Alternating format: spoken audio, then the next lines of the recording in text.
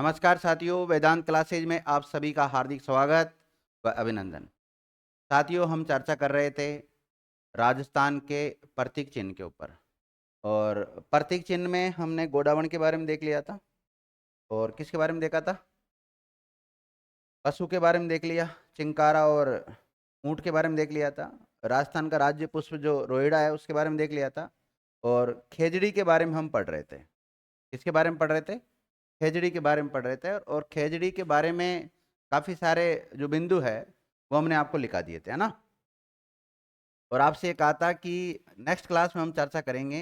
एक आंदोलन हुआ था, खेजड़ली आंदोलन बोलते हैं उसको। क्या बोलते हैं? खेजड़ली आंदोलन बोलते हैं। इस आंदोलन के ऊपर चर्चा करेंगे। खेजड़ली आंदोलन क्या है, सबसे पहले तो ये समझो आप। तो विद्यार्थियों, 1730 की घटना है। कब की घटना है?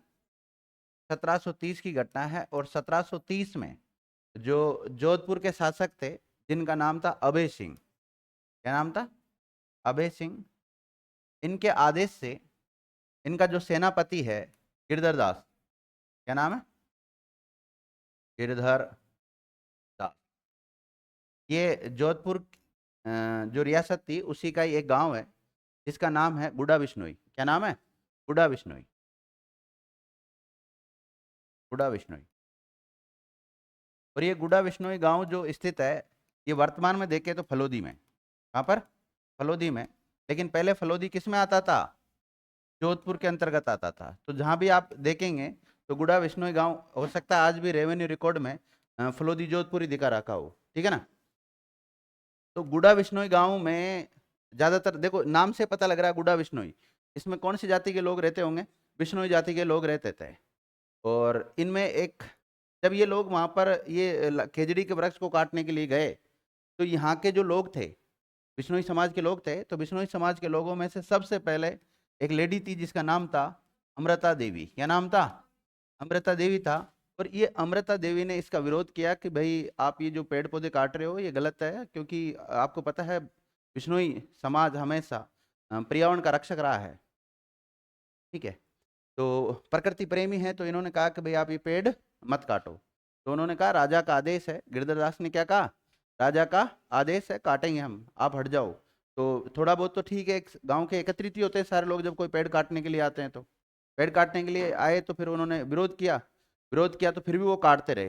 फिर उन्होंने सोचा क्यों ना एक काम करते हैं, हम इस पेड़ के चिपक जाते हैं। किसके? पेड़ के चिपक जाते हैं। तो पेड़ को यूं भर लिया और उसके चिपक गए।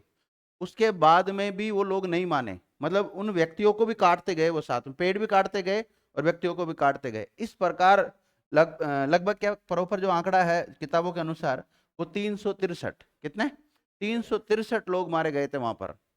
यानी कि 363 पेड़ तो काटे ही होंगे उन्होंने। 363 पेड़ काटे तो 363 लोग भी उनके साथ मर गए। तो ये उस समय की बहुत बड़ी घटना थी। उसके बाद में ये जो गुड़ा बिश्नोई गांव है, इसी का नाम क्या नाम रख दिया गया? खेजड़ली गांव रख दिया गया। क्या रखा गया? खेजड़ली गांव। आपसे पूछा जाए खेजड़ली आंदोलन कहाँ पर हुआ था? फलोदी में हुआ था, खेजड़ली गांव में हुआ था। आज वर्तमान में देखेंगे तो इस गांव का नाम क्या मिलता है? खेजड़ली गांव। लेकिन कोई समय इस गांव का नाम क्या था? गुड़ा बिश्नोई था, जो कि जोधपुर रियासत के अंतर्गत आता था। और अगर वर्तमान के अनुसार देखें तो फलोदी जिले के अंतर्गत आता है। और इससे थोड़े समय पहले अगर आपने पढ़ा होगा इसको, तो फलोदी जोधपुर के अंतर्गत आता था। तो हमेशा गांव तो वही रहना है। वैसे हो सकता है गांव का नाम परिवर्तन हो जाए, या फिर वो कभी किसी जिले के अंतर्गत चल जाए, क्योंकि जिले का जो सीमाएं हैं वो चेंज होती रहती है कई बार। और सरकार, राज्य सरकार का विषय है। राज्य सरकार जब चाहे चेंज कर सकती है, कितने भी जिला बना सकती है, कितने भी जिलों को कम कर सकती है। जैसे आज जितने भी जिले हैं ना, कोई जरूरी नहीं है आने वाले समय में यही जिले रहेंगे। आने वाले समय में कम भी हो सकते हैं, ज्यादा भी हो सकते हैं। जैसे आपने देखा होगा अशोक गहलोत के राज में लगभग 50 जिले हो गए थे, लगभग क्या फाइनल 50 ही हो गए थे। और उसके अलावा 3 की और घोषणा कर दी थी, वो तो 53 बनाने वाले थे। फिर बाद में जैसे बीजेपी की गवर्नमेंट आई तो उन्होंने वापस घटा के कितने कर दिए? 41 कर दिए। तो आज की स्थिति में तो 41 है, लेकिन कोई पता नहीं, इससे भी कम हो सकते हैं और ज्यादा भी हो सकते हैं। अपने को अवेयर रहना पड़ेगा, करंट से बिल्कुल अपडेट करना पड़ेगा हमेशा। ठीक है। तो अभी हम केवल खेजड़ली आंदोलन के ऊपर चर्चा कर रहे थे। 1730 की घटना है। अभय सिंह जोधपुर के शासक थे। उनका जो सेनापति, उनका नाम क्या था? गिरधर दास था। और पहले इस गांव को किस नाम से जाना जाता था? गुड़ा बिश्नोई के नाम से जाना जाता था विद्यार्थियों। और बाद में ये तो देखो, ये आंदोलन कब हुआ था? 1730 में हुआ है, रियासती काल में हुआ है। उसके बाद में एक चिपको आंदोलन और होगा। चिपको आंदोलन सुंदरलाल बहुगुणा के नेतृत्व में होगा, उत्तराखंड में होगा। कहां पर होगा? उत्तराखंड में। जब उत्तराखंड में टिहरी बांध बनाया जा रहा था, कौन सा बांध बनाया जा रहा था? टिहरी बांध बनाया जा रहा था। तो उस समय वहां के ये पर्यावरणविद थे, उन्होंने भी आंदोलन किया था। तो हम ये कह सकते हैं कि भारत में एक आंदोलन चला था जिसका नाम था चिपका आंदोलन। उसका प्रणेता रहा है ये खेजड़ली आंदोलन, क्योंकि इससे प्रेरणा लेकर ही उन्होंने क्या किया था, वहां पर आंदोलन किया था। देखो, जब भी कोई डैम बनाया जाता है, जब भी कोई बांध बनाया जाता है, तो नदी का पानी को रोका जाता है। नदी के पानी को रोका जाता है तो उससे दो क्षेत्र प्रभावित होते हैं। जैसे ये नदी बह रही है, तो अब इसमें बीच में डैम बांधेंगे तो इसमें पानी भरेगा। पानी भरेगा तो पीछे की तरफ जो भी गांव है, जो भी वन है, उनको नुकसान पहुंचेगा कि नहीं पहुंचेगा? जो भी आदिवासी इलाका है तो उसको पूरे को खाली कराएंगे कि नहीं कराएंगे? आप जिस गांव में कई वर्षों से रह रहे हैं और आपको सरकार आके बोले कि हम आगे बांध बना रहे हैं, आप डूब क्षेत्र में आ रहे हो और आपको खाली करना है, खाली कर दोगे आप? एक बार तो विरोध करोगे, करोगे ना? इसी प्रकार अभी एक बनास नदी पर एक डैम बनाया जा रहा है जिसका नाम है डूंगरी बांध। कौन सा? डूंगरी बांध। अभी लेटेस्ट घटना आपने अखबार में भी पढ़ा होगा, उसमें कई सारे गांवों को खाली करवाने की योजना है उसमें, मतलब उनको खाली करवाना पड़ेगा। अब बनास के सारे सारे जितने भी गांव हैं, मतलब बनास नदी जैसे यूं बह रही है, अब वहां पे आगे डैम बना दिया गया है, तो उसके दोनों तरफ जो भी गांव पड़ते हैं वहां पर, उन गांवों को सारों को खाली करवाया जाएगा और सरकार मुआवजा भी देगी। लेकिन गांव में आपने देखा होगा कि जैसे मेरे पास 5 बीघा जमीन है, 4 बीघा अपन ने दूसरी पे कब्जा कर रखा है। कब्जा करने से मतलब जो सरकारी भूमि होती है वो भी अपनी ही है वहां पर। तो गांव में गोचर होती है वो अपनी नहीं होती है। तो फिर ये जो लोग, सरकार इनको जो मुआवजा देगी वो केवल इनके 5 बीघा जो इनकी खातेदारी की जो जमीन है उसका ही मुआवजा देगी। जो 4 बीघा एक्स्ट्रा थी ना अपने पास, जिसको हम जानवरों के चारे के लिए यूज ले रहे थे, हो सकता है उसमें खेती बाड़ी भी हम कर रहे होंगे, उसका पैसा नहीं मिलेगा आपको। और फिर अपना गांव घर सब है वहां पर, तो उसको कैसे खाली करेंगे हम? कई भावनाएं जुड़ी हुई रहती है। तो इस प्रकार पूरे गांव का, सारे गांव मिलकर अगर एकत्रित हो जाते हैं, फिर बड़े लेवल पर उसका विरोध करते हैं, तो वो एक प्रकार से आंदोलन हो जाता है।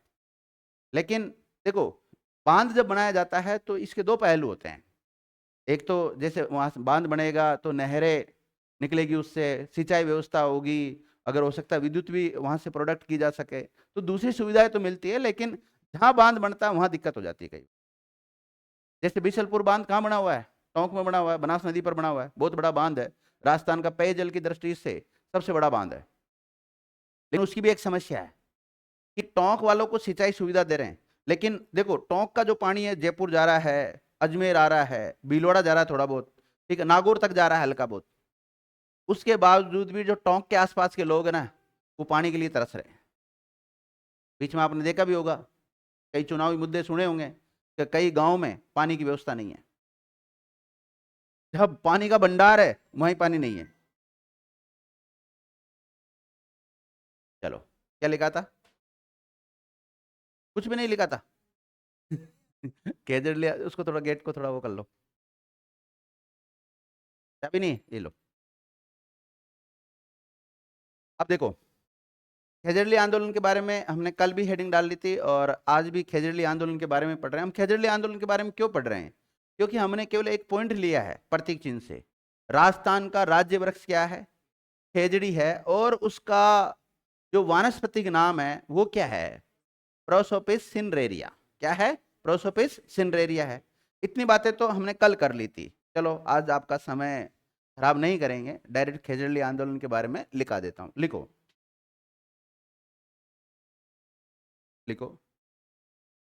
यह आंदोलन, यह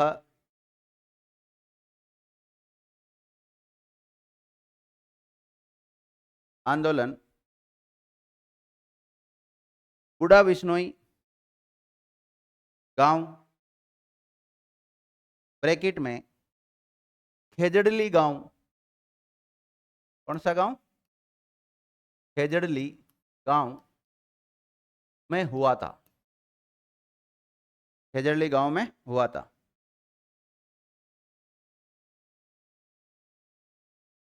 देखिएगा, ये स्टोरी तो मैंने बताई थी कि भाई हम वृक्ष काटने के लिए आए थे, जोधपुर शासक ने भेजा था।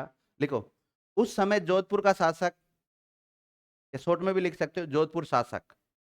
उस समय जोधपुर का शासक कौन था? अभय सिंह।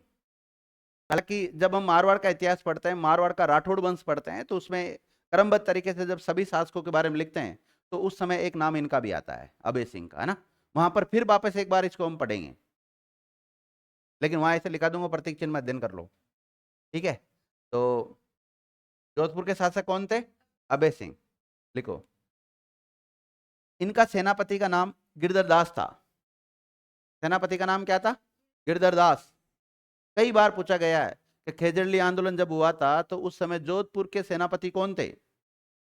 गिरधर दास थे, जानना। और शासक कौन था? किसके शासन काल में घटना घटित हुई है? अभय सिंह के शासन काल में घटित हुई है। कब घटना घटित हुई थी? 1730 में। लिखो, यह आंदोलन 1730 में हुआ था।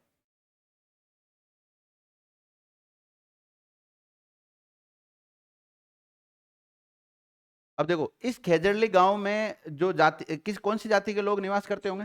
बिश्नोई। तो इसमें बिश्नोई जाति के 363 लोगों ने अपने प्राणों की आहुति दी थी। कितने लोगों ने?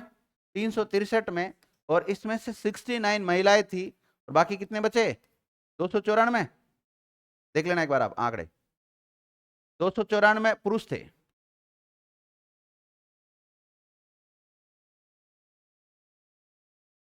सिक्सटी नाइन महिलाएं और 294 पुरुष थे, और 363 लोगों ने आहुति दी थी अपने प्राणों की। हो गया कि 363 हो गए? काउंट कर लो एक बार। हो गए? आपको पता है भाद्रपद शुक्ल दशमी के दिन क्या होती है? तेजा दशमी होती है। तेजा दशमी होती है ना उस दिन। तो तेजा दशमी के दिन यहाँ मेला भी भरता है। तो खेजड़ली या खेजड़ी का मेला विश्व में केवल एक जगह ही भरता है। वो कहां पर भरता है? खेजड़ली गांव फलोदी में भरता है। कहां पर भरता है? फलोदी में भरता है, ध्यान रखना। तो लिखो, खेजड़ली गांव ब्रैकेट में फलोदी में ही भाद्रपद, कौन सा महीना? भाद्रपद शुक्ल दशमी के दिन यहां पर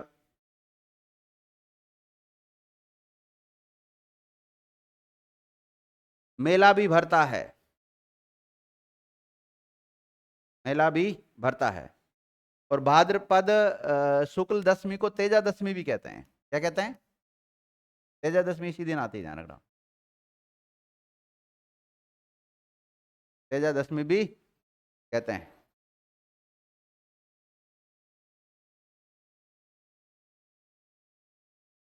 ठीक लिया?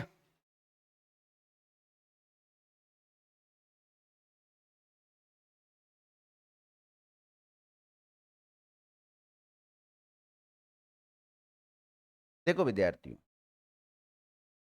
ये इन्होंने जो 363 लोगों ने अपने प्राणों की आहुति दी थी, ये बिश्नोई समुदाय से रिलेटेड मुख्य रूप से। और इस घटना को ये बिश्नोई संप्रदाय में किस नाम से जाना जाता है?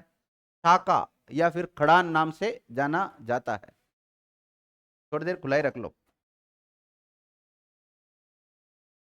लोग मत लगाना ना, बंद कर दो वैसे। हाँ, लिखो, इस घटना को, कौन सी घटना को? ये 363 लोग जो मारे गए, इसको, इस घटना को बिश्नोई संप्रदाय में शाका या खड़ान कहा जाता है। क्या कहा जाता है?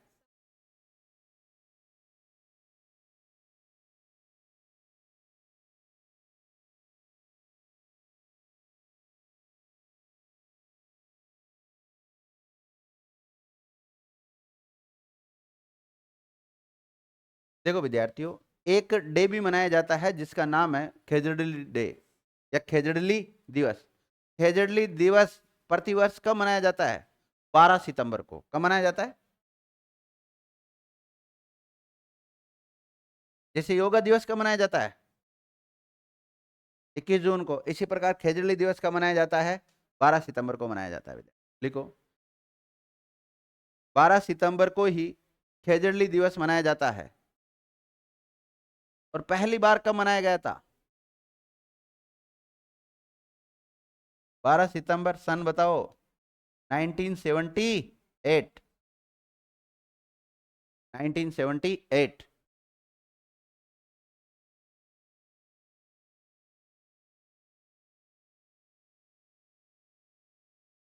अब देखो, ये कितनी वीरांगना महिला होगी। कौन? अमृता देवी। क्योंकि बाद में तो सारे लोग लिपट गए थे, आपको पता है, वृक्ष हो गए, लेकिन सबसे पहले जो वृक्ष की लिपटी, वो कौन लिपटी थी? अमृता देवी, महिला थी विद्यार्थी। हाँ, एक बात भूल गया इसकी, अमृता देवी का पति का नाम था रामोजी बिश्नोई। क्या नाम था? रामोजी बिश्नोई। वहां लिख लो, रामोजी बिश्नोई।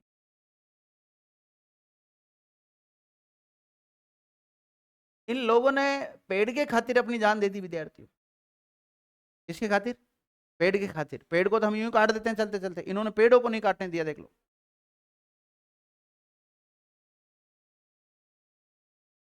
और कोई इसके निजी पेड़ थोड़ी थे, वो तो गांव के पेड़ थे, हैं, सार्वजनिक पेड़ थे सारे।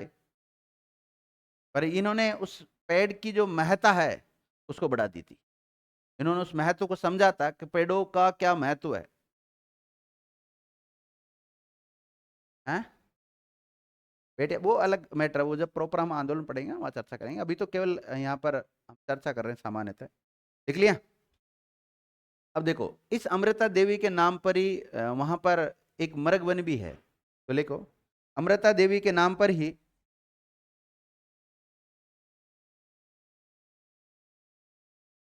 एक मृग वन भी है। तो आपसे पूछा जाए,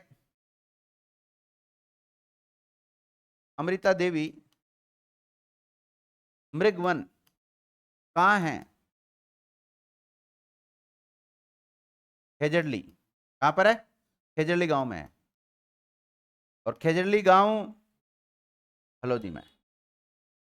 तो आपसे पूछा जाए अमृता देवी मृग वन कहाँ है, फलोदी बता देना। और प्रॉपर जगह पूछे तो खेजड़ली गांव बता देना। और पहले आता था ये जोधपुर में आता था, जोधपुर में आता था। अब वर्तमान में किस में है? फलोदी में, ध्यान रखना। लिखो, आपसे पूछा जाए खेजड़ली शहीद राष्ट्रीय पर्यावरण संस्थान कहाँ है? खेजड़ली फलोदी में ही है, लिखिएगा। खेजड़ली गांव में ही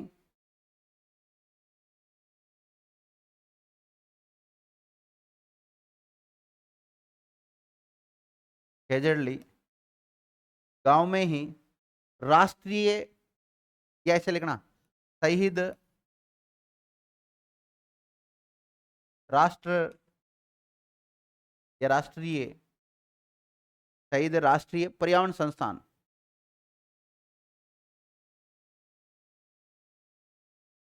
पर्यावरण संस्थान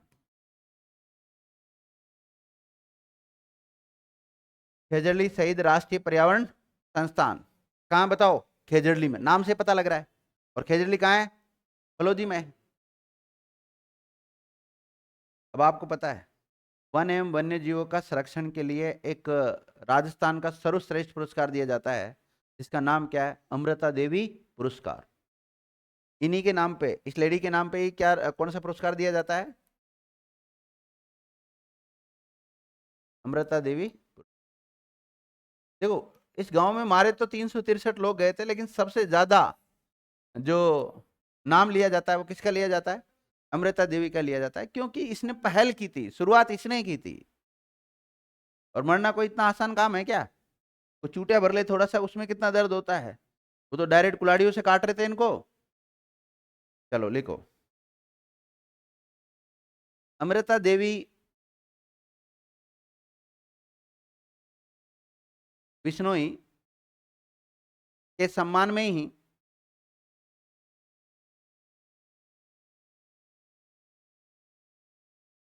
अमृता देवी पुरस्कार भी दिया जाता है।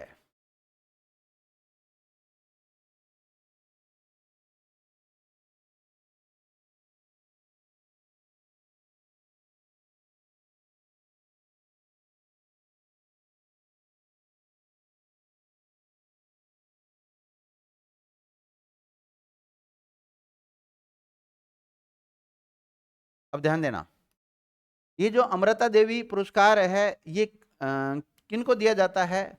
जो वन एवं वन्य जीवों का संरक्षण करते हैं, उनको प्रोटेक्ट करते हैं, उन व्यक्तियों को या उन संस्थानों को दिया जाता है। देखिएगा, यह पुरस्कार वन एवं वन्य जीव संरक्षण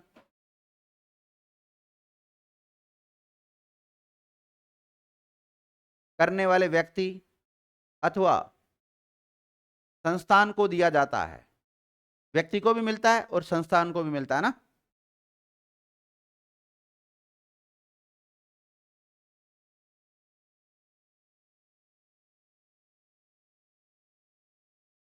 देखो, वन एवं वन्य जीव संरक्षण में सर्वश्रेष्ठ राजस्थान का पुरस्कार कौन सा है?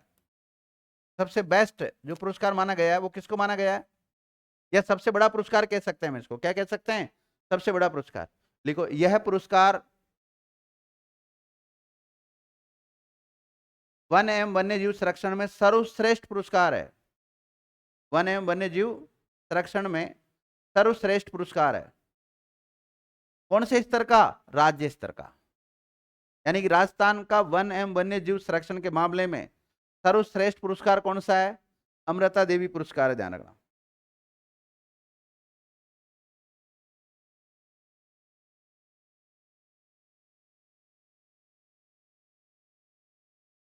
देख लिया?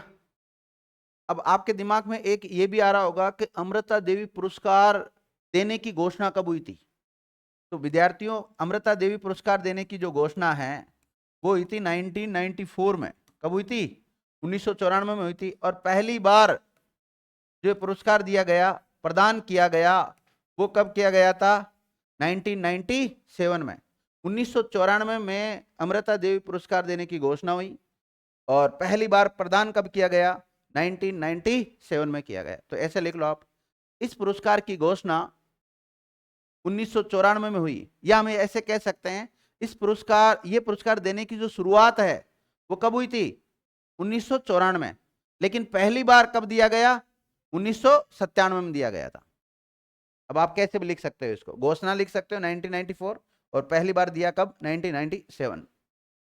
और विद्यार्थियों, मुझे उस व्यक्ति का नाम बता दो जिनको पहली बार अमृता देवी पुरस्कार मिला। आपको कई बार स्टैटिक जीके वाले सर भी पढ़ाते होंगे या फिर आपने भी पढ़ा होगा, सामान्य किताबों में भी ये बात लिखी हुई रहती है कि अमृता देवी पुरस्कार पहली बार किसे दिया गया। तो अमृता देवी पहली बार पुरस्कार दिया गया था गंगाराम को। किसको दिया गया था? लिखिएगा, यह पुरस्कार पहली बार गंगाराम बिश्नोई को मिला। आपसे पूछा जाए अमृता देवी पुरस्कार पहली बार किसे मिला था? गंगाराम बिश्नोई को। गंगाराम बिश्नोई को दिया गया विद्यार्थी। और गंगाराम बिश्नोई जोधपुर के निवासी है, जोधपुर के।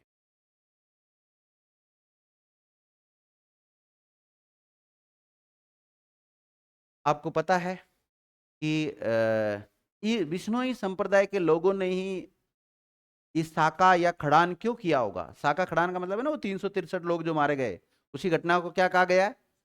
साका या खड़ान कहा गया है। तो ऐसी घटना इतने बड़े स्तर पर क्यों घटित हुई होगी? कहीं न कहीं इनके जो प्रेरणादायक रहे होंगे, उन्होंने इनको ये सिखाया होगा बिश्नोई संप्रदाय को कि भाई आप हमेशा प्रकृति के वन एवं वन्य जीवों की क्या करो? रक्षा करो। तो बिश्नोई संप्रदाय के एक गुरु हुए इनके, आपको पता है, जाम्बो जी। कौन हुए? जाम्बो जी। उन्होंने 20+9 नियम बनाए थे, इसलिए इनको क्या कहते हैं? बिश्नोई कहते हैं। आपको पता है 29 नियम है इनके। और जो बिश्नोई संप्रदाय का लोग होता है वास्तव प्रॉपर जो है, हालांकि आजकल देखो हर चीज का उल्लंघन होता है। जैसे कोई व्यक्ति हिंदू है, हिंदुओं के बहुत सारे नियम बना रखे, क्या सारे नियम फॉलो थोड़ी करते हैं? वो नहीं करते ना। ऐसे बिश्नोई संप्रदाय के जो लोग हैं वो ज्यादातर जो फॉलो करते हैं वो 29 नियम जो बना रखे उनको फॉलो करना चाहिए, तब तो वो सच्चा बिश्नोई है। नहीं तो फिर कहीं ना कहीं दिक्कत है। अब उसमें एक ये कुछ लाइनें इसकी भी है जो प्रकृति के संरक्षण वाली बात है ना ये। तो वन एवं वन्य जीवों का संरक्षण करने की इनको जो प्रेरणा मिली वो जाम्बोजी से मिली है। किससे मिली है? जाम्बोजी से मिली विद्यार्थियों। और जाम्बोजी इनके क्या रहे हैं? गुरु रहे हैं। बिश्नोई संप्रदाय किस प्रवर्तक रहे हैं, उन्होंने ही शुरुआत की थी इसके, एक प्रकार से लिखो। बिश्नोई संप्रदाय को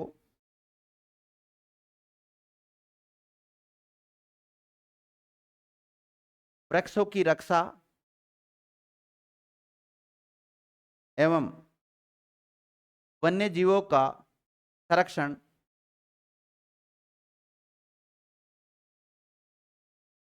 करने का संदेश देने वाले संत, सिमरन बंदी कर लो उसको, संत कौन थे? जाम्बोजी थे। आप जाम्बोजी को रेखांकित कर लें, इसको रेखांकित कर लो, जाम्बोजी को।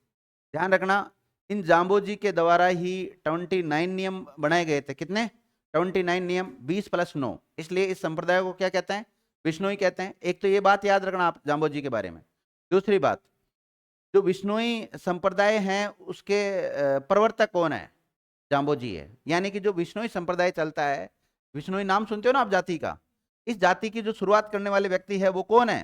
जाम्बोजी है। ध्यान, बिश्नोई संप्रदाय बोलते हैं उसको। जैसे हम राजस्थान की कला एवं संस्कृति में लोक देवता, लोक देवी, उसके बाद में संत संप्रदाय पढ़ते हैं ना, संत संप्रदाय। तो एक संत हुए हैं जिनका नाम क्या है? जाम्बोजी है। क्या नाम है? जाम्बोजी। और इनके द्वारा जो संप्रदाय चलाया गया, उस संप्रदाय का नाम क्या है? बिश्नोई संप्रदाय। कौन सा? तो कई बार पूछा गया कि बिश्नोई संप्रदाय के प्रवर्तक कौन है? जाम्बोजी है। ठीक है, समझ जाओगे ना। और बाकी तो देखो, पूरा संत संप्रदाय में हम जाम्बोजी के बारे में बहुत कुछ पढ़ते हैं, और मैंने ये पढ़ा भी दिया है, और जिनको नहीं पढ़ाया उनको पढ़ाएंगे भी सही। ठीक है ना। चलो, यहां तक हो गया अपना। देखो, वृक्षों की रक्षा करना और वन्य जीवों का संरक्षण करना, इससे संबंधित जिन्होंने संदेश दिया उनका नाम क्या है? जाम्बोजी। अगला फैक्ट लिखो नोट डाल के। जबकि वृक्षारोपण यानी कि पेड़ लगाना, इनका काम तो क्या? ऑलरेडी पेड़ जो लगे हुए हैं ना, उनको क्या करना? प्रोटेक्ट करना। ये तो किनका काम है? ये संदेश तो किसने दिया था? जाम्बोजी ने दिया था। लेकिन एक संत ऐसे भी आए हैं जिन्होंने कहा कि पेड़ लगाओ ज्यादा से ज्यादा, यानी कि वृक्षारोपण। देखिएगा, जबकि वृक्षारोपण का संदेश देने वाले संत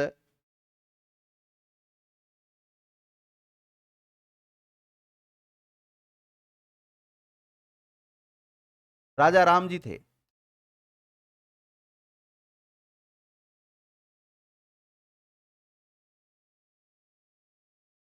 वृक्षारोपण का संदेश किसने दिया था? संत राजा राम जी ने दिया था। और ये जो वृक्ष लगे हुए हैं ऑलरेडी, इनको संरक्षण करने का जो संदेश दिया है, वो कौन से संत ने दिया है? जाम्बोजी ने दिया। ध्यान रखना, समझ जाओगे ना। चलो ये बताओ, पेड़ वाले बाबा के नाम से किससे जाना जाता है? हैं? पेड़ वाले बाबा, वो तो घोड़े वाला बाबा है।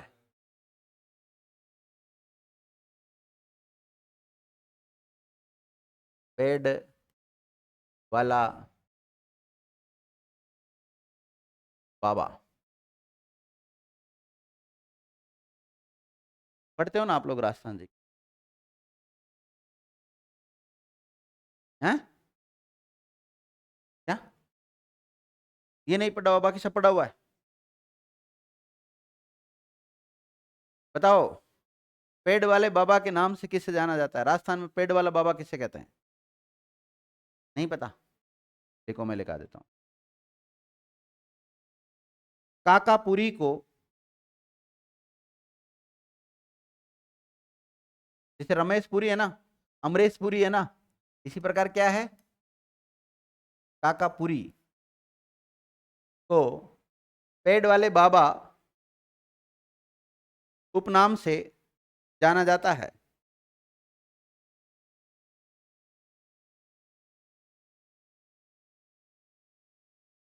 देख लिए?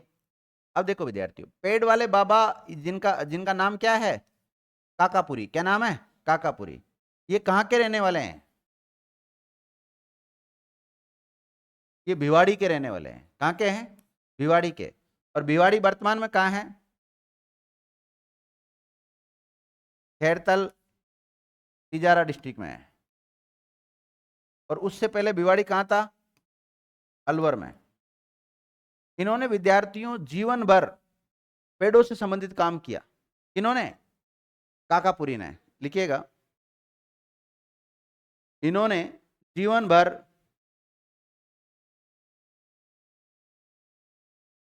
पेड़ों की रक्षा करने का प्रयास किया। पेड़ों की रक्षा करने हेतु हमेशा प्रयासरत रहते थे ये काकापुरी। और इनका संबंध भिवाड़ी से है, खैरतल तिजारा, और इन्हें पेड़ वाला बाबा के नाम से भी जाना जाता है। देख लिया?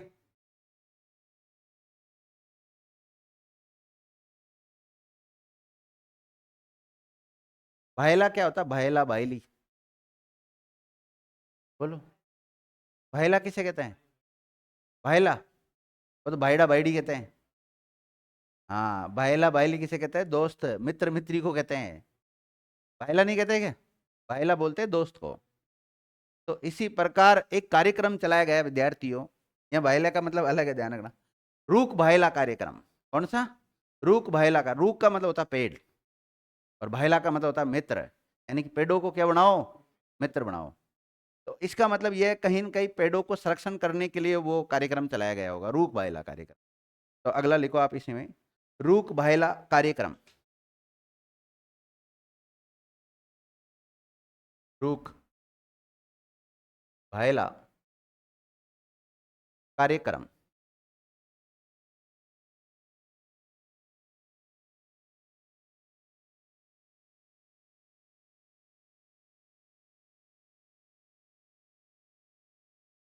रूख भायला कार्यक्रम, देख लिया?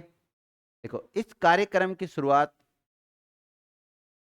1985 में हुई। आपसे पूछा जाएगा रूख भायला कार्यक्रम कब शुरू हुआ?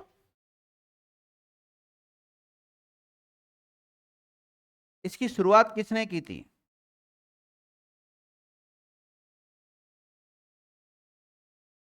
राजीव गांधी ने। किसने की थी? राजीव गांधी भारत के कौन रह चुके हैं? प्रधानमंत्री रह चुके हैं। देखो, शुरुआत राजीव गांधी के द्वारा की गई। कई बार यह भी पूछ लिया जाता है कि इसकी शुरुआत कहां से हुई थी? डूंगरपुर से। इस कार्यक्रम की शुरुआत कहां से हुई थी? डूंगरपुर।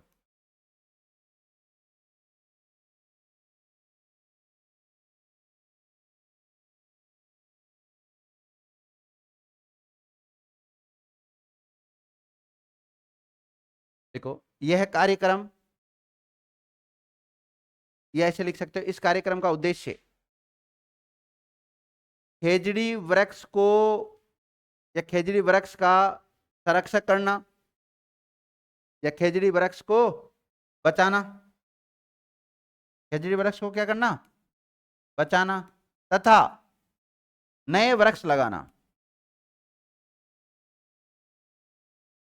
नए वृक्ष लगाना।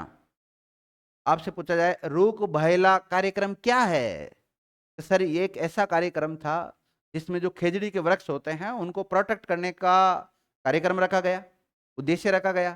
साथ ही में नए पेड़ पौधे लगाने का कार्यक्रम भी इसमें रखा गया विद्यार्थी। ये तो इसका उद्देश्य था।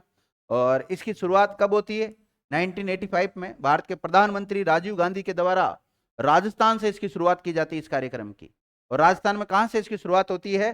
डूंगरपुर से इसकी शुरुआत होती है। अब देखो, हमने इसमें क्यों लिया होगा इस कार्यक्रम की? ये तो योजनाओं से संबंधित है, कार्यक्रम से रिलेटेड है, उस समय की करंट से रिलेटेड था, आज स्टैटिक पॉइंट बन के रह गया है। लेकिन इसमें एक शब्द आया है, कौन सा? खेजड़ी। तो खेजड़ी को प्रोटेक्ट करने के लिए कार्यक्रम है कि नहीं है? हाँ ठीक है, इसका और भी उद्देश्य है, पर खेजड़ी भी इसका एक उद्देश्य है, इसलिए हमने इस कार्यक्रम को शामिल किया है इसमें। समझ गए? अब आपसे पूछा जाए कि वनों के संरक्षण के लिए पहली बार अपने प्राणों की आहुति किसने दी थी? अमृता देवी ने दी थी विद्यार्थियों। एक नोट डालो।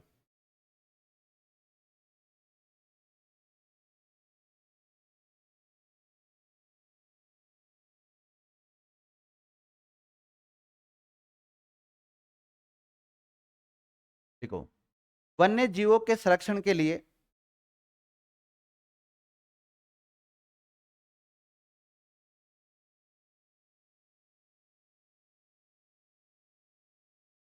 वन्य जीवों के संरक्षण के लिए पहला बलिदान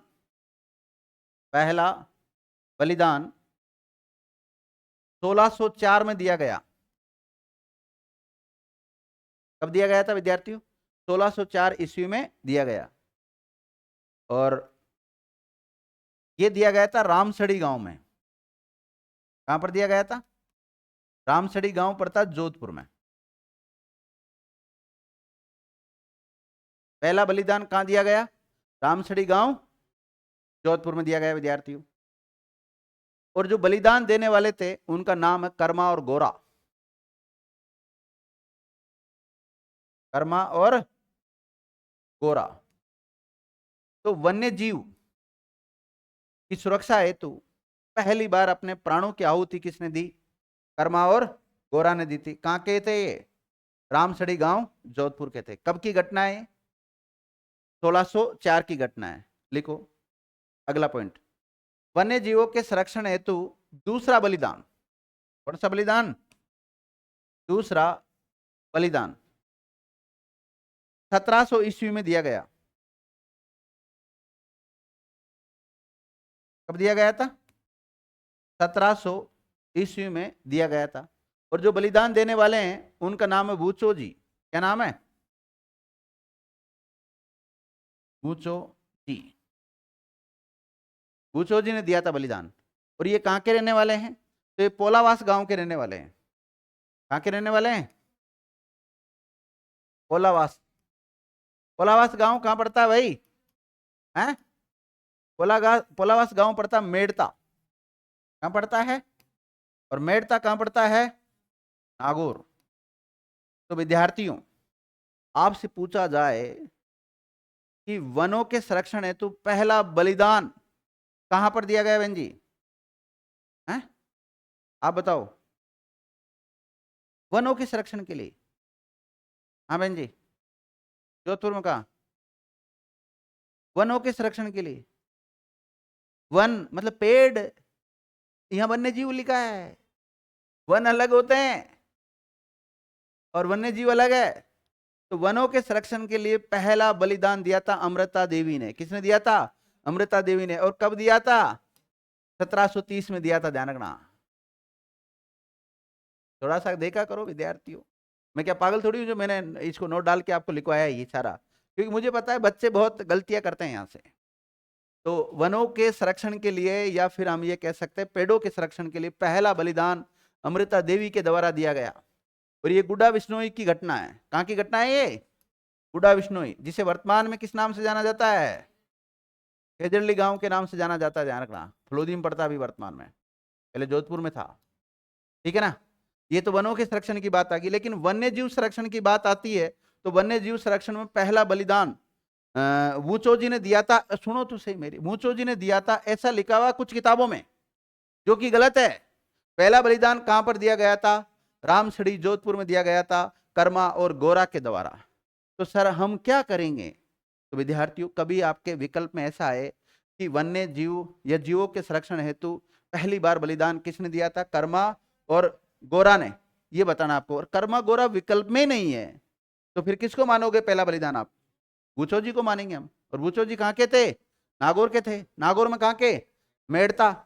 मेड़ता रियासत हुआ करती थी उस समय। मेड़ता परगना हुआ करता था उसमें। और गांव का कौन सा गांव का नाम क्या है? पोलावास गांव। तो 2-4 गांवों के नाम याद रखने आपको। पोलावास गांव हो गया, रामसड़ी गांव हो गया, गुड्डा बिश्नोई नाम याद रखना है, खेजड़ली रखना है। खेजड़ली में मेला भरता है, कब भरता है? भाद्रपद दशमी को। कौन सी दशमी को? शुक्ल और कृष्ण दो होती है, एक महीने में 2 पक्ष चलते हैं, 15-15 दिन के 2 पखवाड़े होते हैं। ध्यान रखना, किसी महीने की शुरुआत का जो पखवाड़ा होता है वो कृष्ण पक्ष होता है, शुक्ल पक्ष होता है। पूर्णिमा के बाद, पूर्णिमा को महीना पूरा हो जाता है, फिर उसके बाद में जो पक्ष स्टार्ट होता है वो कृष्ण पक्ष स्टार्ट होता है। कृष्ण पक्ष की 1 2 3 4 ऐसे 15 तक आती है। 15 पे आते आते उसको बोलते हैं हम क्या? अमावस्या बोलते हैं। अमावस्या के बाद में जो फिर 1 तारीख स्टार्ट होती है उसमें, तो 1 2 मतलब प्रथमा द्वितीय ऐसे बोलते हैं ना हम उसे। फिर उसके बाद शुक्ल पक्ष चलता है, और शुक्ल पक्ष का जो अंतिम दिन होता है, 15वां दिन जो होता है, उसको बोलते हैं पूर्णिमा। और पूर्णिमा को ही वो महीना पूरा हो जाता है, अगला महीना लग जाता है। फिर हिंदी माह के अनुसार जो 12 महीने हैं, उनके नाम कौन सुना सकता आप में से? ये कंडीशन है, पढ़ाने के बाद भी नहीं सुना पा रहे हो। एक, खैर दो से मतलब नहीं है, पूरे सुनाओ 12 के 12। और मैंने पढ़ाया आपको एक एक विद्यार्थी को, और ना केवल मुसलमान इसके हिंदुओं के आपको बताए, बल्कि मुस्लिम भी बताए थे।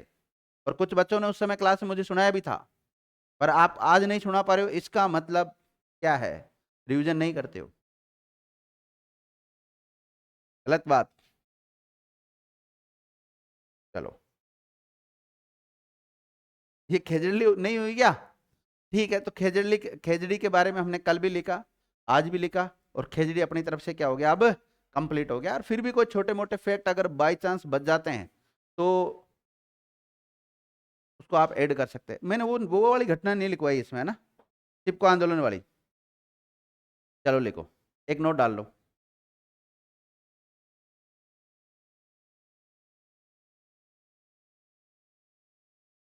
लिखो, ये खेजड़ली आंदोलन ही चिपको आंदोलन का प्रेरणा स्रोत रहा है।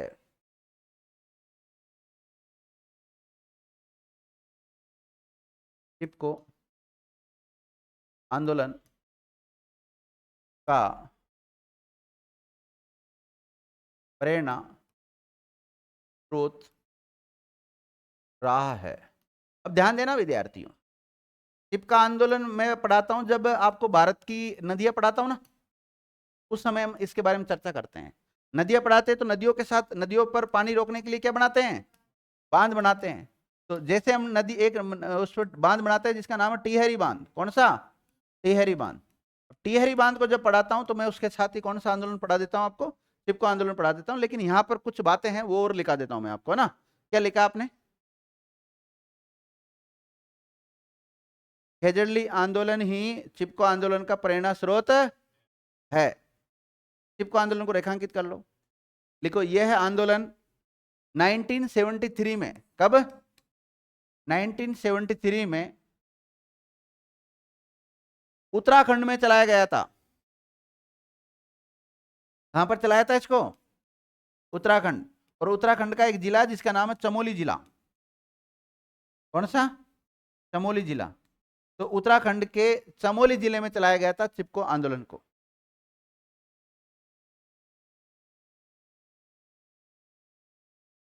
लिख लिया? लिखो, यह आंदोलन टिहरी बांध को लेकर चलाया गया था। किसको? टिहरी बांध को लेकर चलाया गया था। टिहरी बांध को लेकर चलाया गया था। और इस आंदोलन का जो नेतृत्व किया वो सुंदरलाल बहुगुणा ने किया था।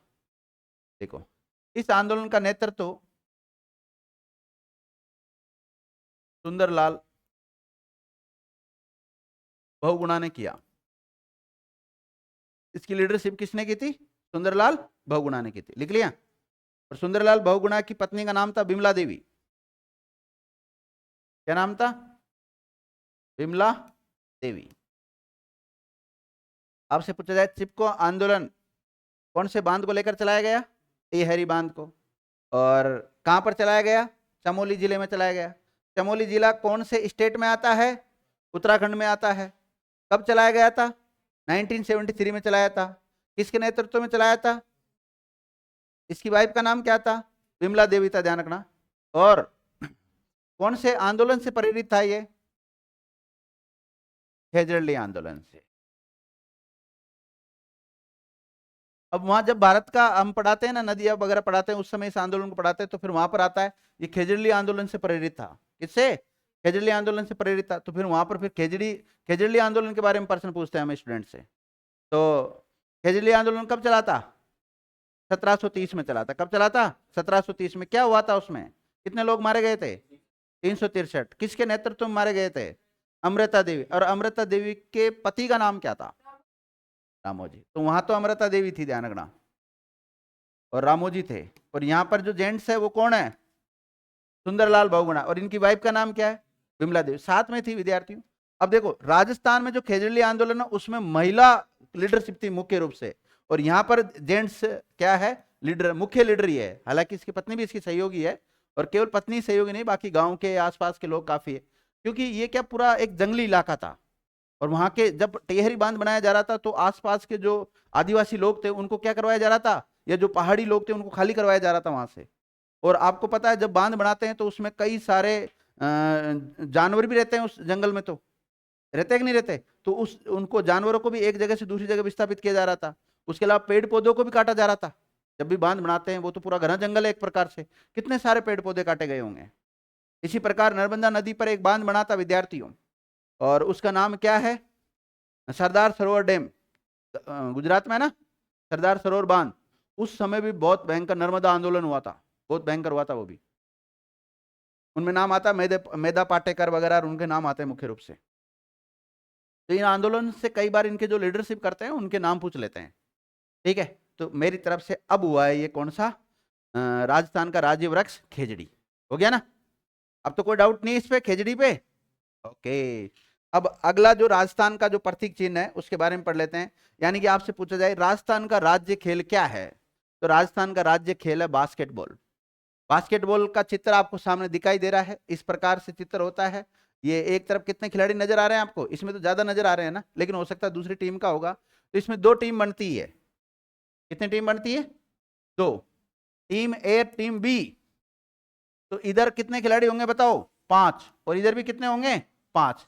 तो इस बास्केटबॉल में 5-5 खिलाड़ी होते हैं। एक टीम में कितने खिलाड़ी होते हैं? 5 होते हैं। जैसे कबड्डी में कितने खिलाड़ी होते हैं? 7 होते हैं। फुटबॉल में कितने होते हैं? 11। कितने होते हैं? 11। 11 इधर, 11 ही इधर होते हैं। दोनों पार्टियों में अलग अलग होते हैं, टीमों में, पार्टी नहीं। तो अब लिखो आप अगला, राजस्थान का राज्य खेल। देखो, राजस्थान का राज्य खेल,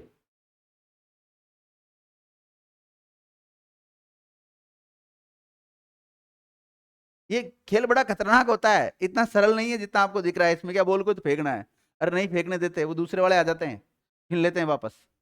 और ये छोटा सा ये रहता है ना, और ये काफी ऊंचा रहता है, तो जिनकी हाइट अच्छी होती है ना उनको सही फायदा रहता है। कम हाइट वाला तो बेचारा उछलता ही रहेगा यूं, बड़ा हाइट वाला तो ठीक है, सबसे उछल के फेंक देगा इसके अंदर।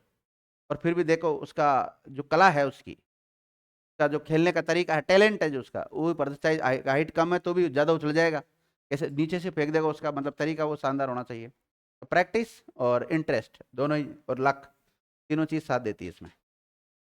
चलो लिख लिया आपने, राजस्थान का राज्य खेल कौन सा है? बास्केटबॉल है। अब पहला सवाल ये आता है कि इसे राज्य खेल का दर्जा कब दिया गया था? तो 1948 को इसको राजस्थान का राज्य खेल का दर्जा दिया गया था। 1948 कब दिया गया था? 1948 लिख लिएगा। इसकी एक टीम में, इस खेल के एक टीम में 5 खिलाड़ी होते हैं।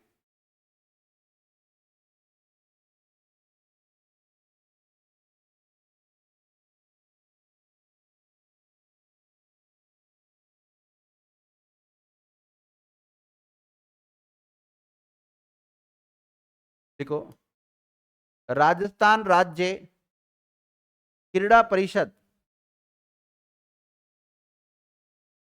क्रीड़ा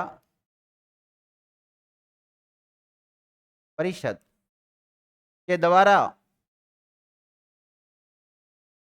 2007 में, कब? 2007 में राजस्थान की प्रथम महिला बास्केटबॉल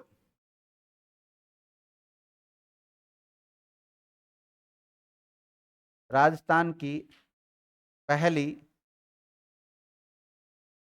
महिला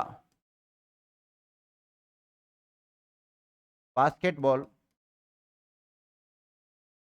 अकादमी, या इंग्लिश में लिखोगे तो एकेडमी, अकादमी खोली खोली गई। तो देखो, राजस्थान का पहली महिला बास्केटबॉल एकेडमी किसके द्वारा खोली गई? राजस्थान राज्य क्रीड़ा परिषद के द्वारा खोली गई। कब खोली गई थी? 2007 में। कहाँ खोली गई? सवाई मानसिंह स्टेडियम जयपुर में। सवाई मानसिंह स्टेडियम जयपुर। सवाई मानसिंह स्टेडियम जयपुर में खोली गई।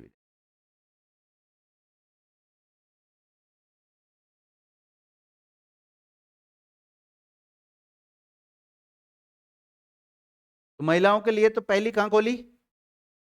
जयपुर में। ठीक है।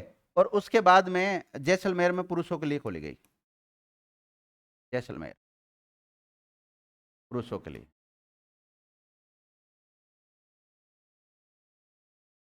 तो पुरुषों की बास्केटबॉल एकेडमी कहाँ है? जैसलमेर है। और महिलाओं की कहाँ है? जयपुर है, ध्यान रखना।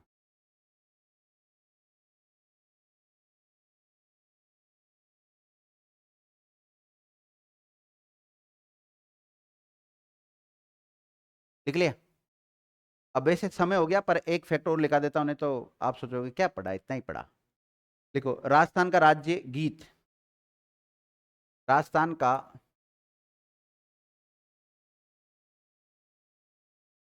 राज्य गीत। राजस्थान का राज्य गीत कौन बताएगा? कोई बता दो। हैं? क्या गौरवन? राजस्थान का राज्य गीत केसरिया बालम पधारो मारे देश। लिखो, केसरिया बालम पधारो मारे देश, या केसरिया बालम शॉर्ट में भी लिख सकते हो आप। केसरिया बालम।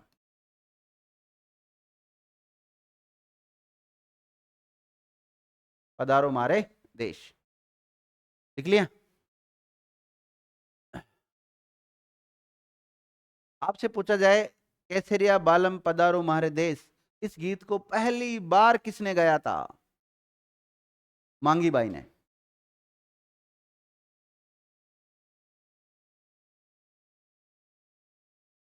इस गीत को पहली बार उदयपुर की, कहां की? उदयपुर की मांगी बाई ने गाया था।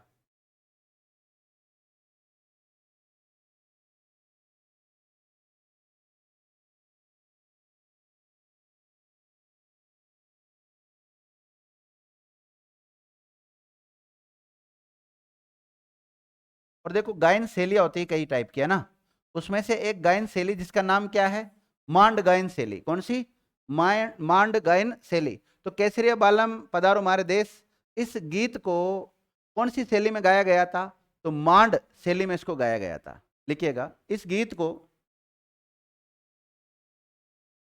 मांड गाई की शैली में गाया गया था। या हम ये कह सकते हैं, ये गीत कौन सी शैली में गाया जाता है? मांड गाई की शैली में गाया जाता है। शैली का एक प्रकार होता है, गायन शैली होती है ना, उसका एक टाइप है। इस गीत को मांड गाई की शैली में गाया जाता है।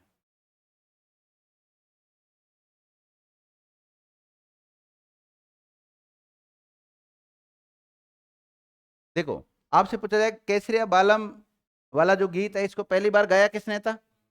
लेकिन इसको इंटरनेशनल लेवल पर जो प्रसिद्धि दिलाई, ख्याति प्राप्त करवाई इसको, उसमें नाम आता है अल्लाह जिलाबाई का। किसका आता है?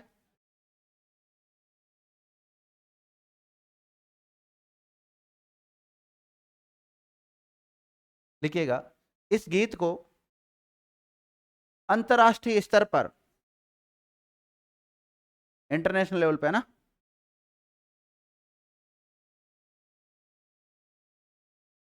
अंतरराष्ट्रीय स्तर पर, सेंटेंस जमा नहीं, वापस बोलना।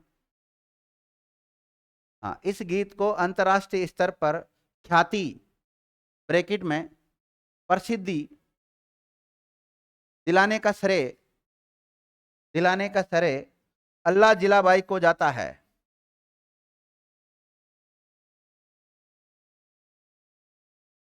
किसको जाता है? अल्लाह जिलाबाई को रेखांकित कर लो। इसका संबंध कौन से जिले से है? बीकानेर से है, ध्यान रखना। और इसे राजस्थान की मरु कोकिला भी कहते हैं। राजस्थान की मरु कोकिला भी कहते हैं। तो आपसे पूछा जाए राजस्थान की मरु कोकिला नाम से किसे जाना जाता है? अल्लाह जिलाबाई को जाना जाता है। और अल्लाह जिलाबाई का संबंध कौन से जिले से है? बीकानेर जिले से है विद्यार्थियों। और अंतरराष्ट्रीय स्तर पर केसरिया बालम को प्रसिद्धि दिलाने का श्रेय किसको जाता है? इसी अल्लाह जिलाबाई को जाता है, मरु कोकिला को जाता है, बीकानेर की अल्लाह जिलाबाई को जाता है। ठीक है, समझ जाओगे। और पहली बार इस गीत को किसने गाया था? मांगी बाई ने गाया था। और कहाँ की रहने वाली है? उदयपुर की। कौन सी शैली में गाया जाता है? मांड गाय की शैली में इस गीत को गाया जाता है।